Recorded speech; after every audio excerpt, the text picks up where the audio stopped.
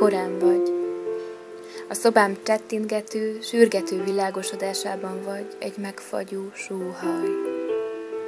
A reggeli Tisza István út kopott lámpafénye vagy, a tiszavirág életű hajnali bágyadság szellője, ami egy pillanatra könyvbe lábasztja a szemeim. Olyan vagy, mint az őszi 60 utca a korai órákban. Gyengéden megcsillan rajtad az élet, és péksütemény nyillata száll végig a nyújtózkodó házaid orra előtt. Álmos napsugarak csillognak ébredező szemeidben. Olyan vagy, mint a túlcsás arcú Tóth-Árpád utca, amin faleveleket fúj végig a beszögdöső szél, és ahol az egyik ház falára az van írva, csak én vagyok és te, nem számít, honnan indultunk. Persze ahonnan egyennel, mert senki sem tökéletes, még a hűszerelmes grafitisek sem. Olyan vagy, mint az autógumi szerviz szürkés palán magányosan átsorgó gyere velem felirat. Te vagy A város, én vagyok B. Ki kéne számolnom a távolságot köztünk, és miközben a koordinátáit figyelem, istentelenül fájok belül, mert messze vagy. És a bezárt szögünk nem nulla. Nulla az én vagyok, te meg a végtelenem.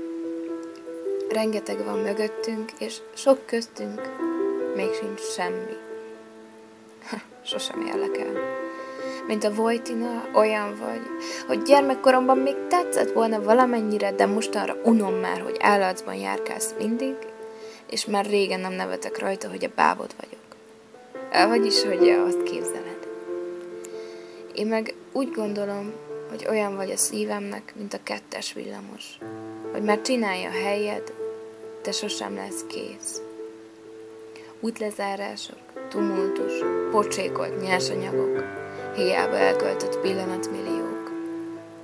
Minek várjak, hogy kész legyél, ha addigra busz is elvisz oda, ahová menni akarok? Oda is, ahová te talán majd sohasem mész. És késő is vagy. A szíved Petőfit éri aluljáró, tele kétes alakokkal, lekopó nevekkel, szeretlekekkel, emlékekkel és mocsokkal, de én mégis a lépcsőjére szeretnék ülni. A busz megálló vagy, még az utolsó buszra várok, vagy az elsőre, vagy ki tudja, és fázom benned. Összehúzom magam a reszketéstől, még a tábláidat pámulom. Alig állok a lábamon. A lustaság vagy, ami megbénít, amikor hazaérek egy hosszú, fárasztó nap után. Az esti félhomály vagy, mikor a fürdőszobába tartok, és neki megyek az ajtófélfának. A csattanás vagy, a visszaverődő hang, amiben a fájdalom a homlokommal táncol. A lüktetés vagy, az áú, az ajtófélfa. Az éjféli csend vagy lelkem városán, rám borulva, szorosan, mozdulatlan zaj vagy, ami folyton ébren tart. A sötét vagy, a félelmetes, a titkos, a bújja, az ismeretlen, a kísérteties, a füllet, a rideg, a fáradt, a sötét sötétség.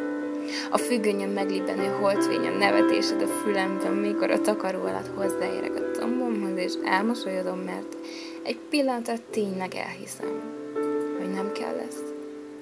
De közben a párnámban alvó könyvsziszeg, vagy az ágyam alatt lakó szörny, vagy csak az, aki miatt kicsire húzom elnyödni vágyó tagjaim. Zsibbadásig. Az, aki miatt éjjelente forgolódom az ágyban.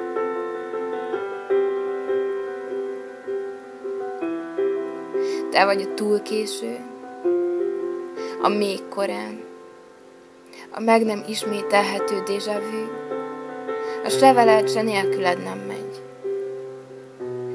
Mindenhol ott vagy, folyton engem nézel, tekinteted soha nem enged, de nem látsz.